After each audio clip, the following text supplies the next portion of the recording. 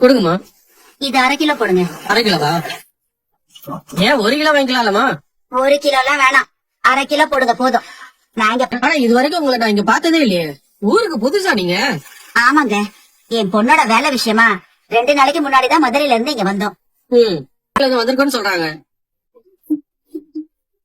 அவங்க பொண்ணு பேர் எதுவும் சொன்னாங்களா? அதெல்லாம் எதுவுமே சொல்லல சார். பக்கத்துலதான் வீடு வாடகைக்கு எடுத்து அவங்களும் அவங்க பொண்ணும் தங்கி இருக்கிறதா சொன்னாங்க. அவங்க எங்க தங்கி இருக்கிறாங்க, யார் யாரெல்லாம் இந்த ஊருக்கு வந்திருக்காங்க, அவங்களெல்லாம் தெரிஞ்சுக்கலாம்னு பார்த்தா குழந்தைய தேடி வந்திருப்பாங்களோ? எனக்கு அப்படி தோணலப்பா. எனக்கு தெரிஞ்சு அவங்க எதேச்சேன இங்க வந்திருக்கணும். குழந்தை தேடி வந்திருந்தா அவங்க நேரம் நம்ம வீட்டுக்கே வந்திருக்கலாமே. பாப்பா எங்க ஸ்கூலுக்கு போயிருக்காளா? ஆமா சித்தி, ஈவினிங் வந்துருவா. நீங்க வந்திருக்கிறது தெரிஞ்சா ரொம்ப சந்தோஷப்படுவா. நீங்க பேசிட்டு இருங்க.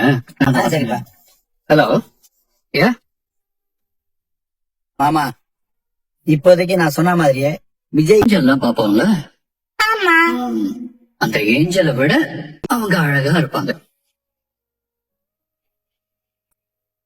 அவங்களுக்கு நல்ல ஷார்ப்பான நோஸ், சப்பியான கண்ணம், குட்டியான வாய். அவங்க நல்ல ஹைட்டா அப்படியே போல்டா இருப்பாங்க. சிப்ஸ் சாப்பிடுறியா? என்கிட்ட ரொம்ப பாசமா நடந்துக்கிறீங்க. உங்களை பாக்குறப்போ அந்த குயின் ஞாபகம் வருது. சரி, அந்த குயினை பத்தி வேற என்னலாம் உங்க அப்பா சொல்லிருக்காங்க?